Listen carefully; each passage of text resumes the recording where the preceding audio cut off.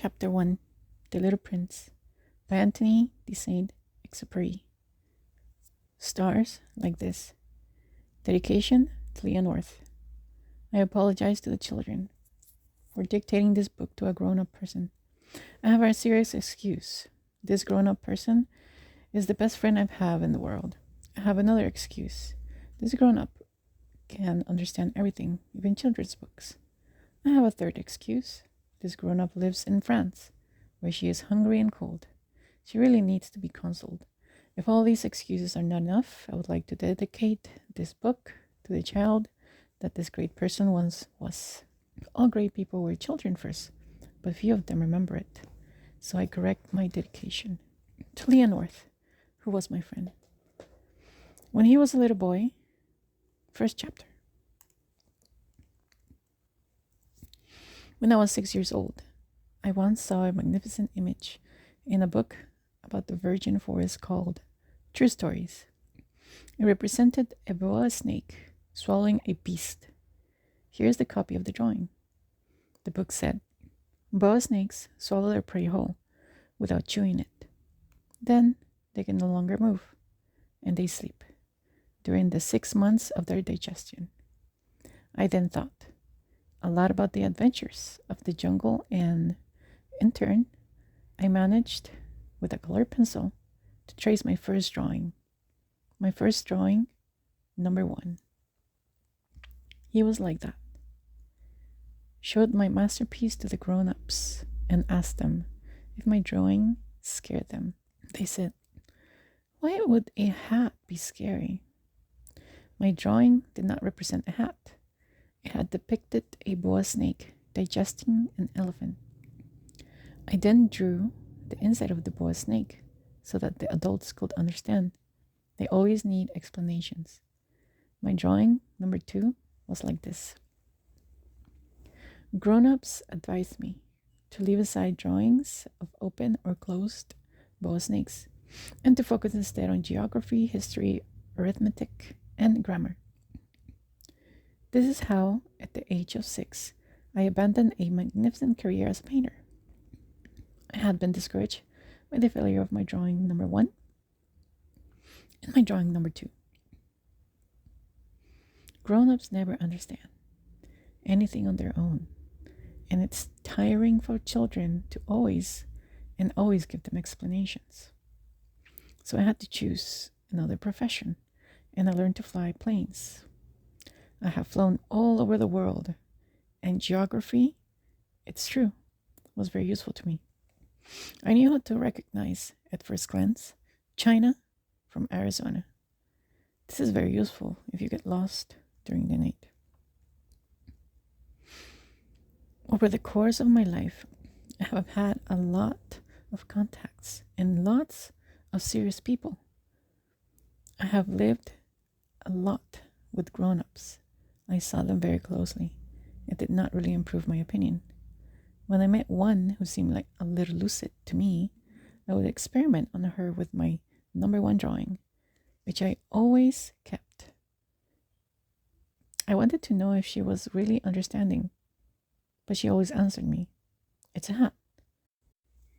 So I didn't talk to him about boa snakes, or virgin forests, or stars. I put myself within his reach. I talked to him about bridge, golf, politics, and ties, and the grown-up was very happy to know such a reasonable man. Chapter 2. I lived alone, with no one to really talk to, until I had a breakdown in the Sahara Desert 6 years ago. Something was broken in my engine, and I had neither a mechanic nor passenger with me. I prepared to try to carry out a difficult repair all by myself. For me, it was a question of life and death. I barely had water to drink for 8 days. So the first evening, I fell asleep on the sand 1,000 miles from my inhabited land. I was much more isolated than a shipwrecked person on a raft in the middle of the ocean. So you can imagine my surprise at daybreak when a funny little voice woke me up. She said, please draw me a sheep. Huh? Draw me a sheep. I jumped to my feet. as if I had been struck by lightning. I rubbed my eyes well. I looked carefully, and I saw a very extraordinary little man who looked at me seriously. This is the best portrait that I later managed to make of him, but my drawing, of course, is much less lovely than the model. It's not my fault. I had been discouraged in my career as a painter by adults at the age of 6, and I had learned nothing to draw except closed boas and opened boas. So I looked at this apparition with eyes wide with astonishment. Remember, I was 1,000 miles from any popular area. Now, the little man seemed neither lost, nor dead of fatigue, nor dead of hunger, nor dead of thirst, nor dead of fear. He looked nothing like a child lost in the middle of the desert, 1,000 miles from any inhabited region. When I finally managed to speak, I said to him, "What are you doing here?" And he then repeated to me, very gently, as if something very serious, "Please draw me a sheep." When the mystery is too impressive, we dare not disobey.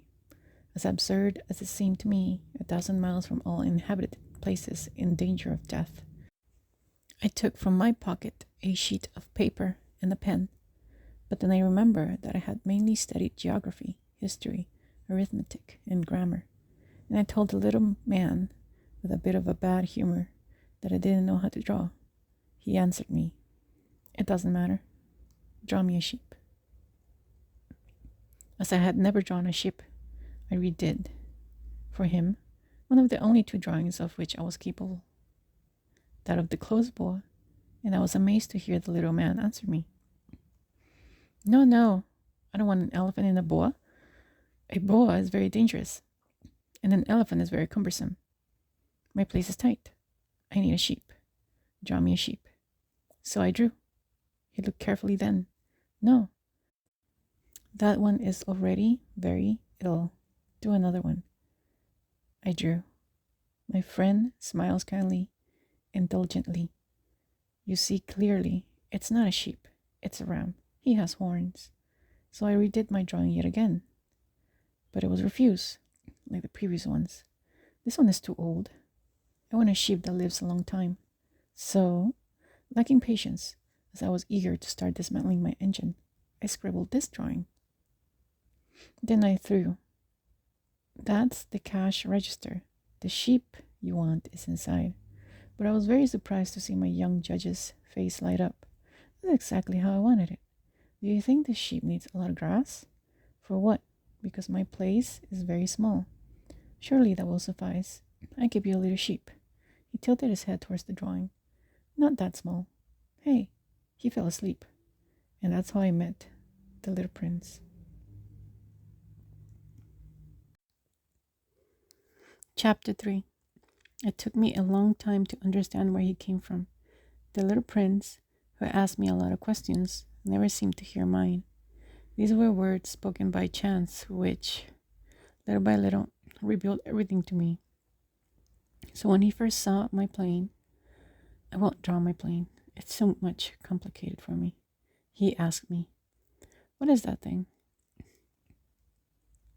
"It's not a thing. It flies. It's a plane. It's my plane."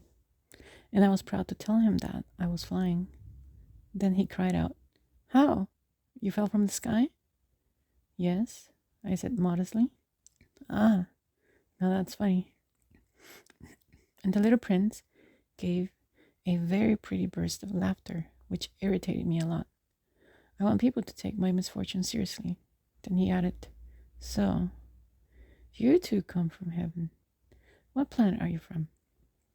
I immediately caught a glimpse of a glimmer in the mystery of his presence, and I suddenly asked, "So you come from another planet?" But he didn't answer me. He nodded gently while looking at my plane. "It's true that, on this, you can't come from very far." And he sank into a reverie which lasted a long time. Then, leaving my sheep from his pocket, he immersed himself in the contemplation of his treasure.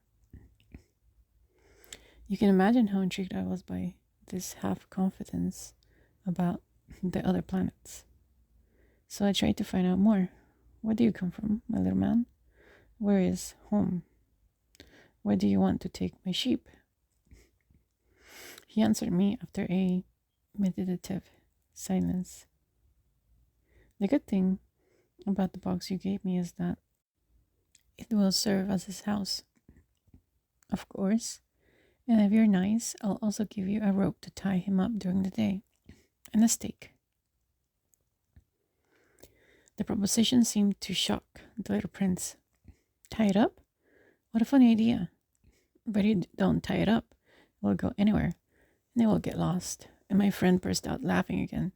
Well, where do you want him to go? Anywhere, right in front of him. And then the little prince gravely remarked, It doesn't matter. It's so small in my house. And with a little melancholy, perhaps he added, Straight ahead. You can't go very far.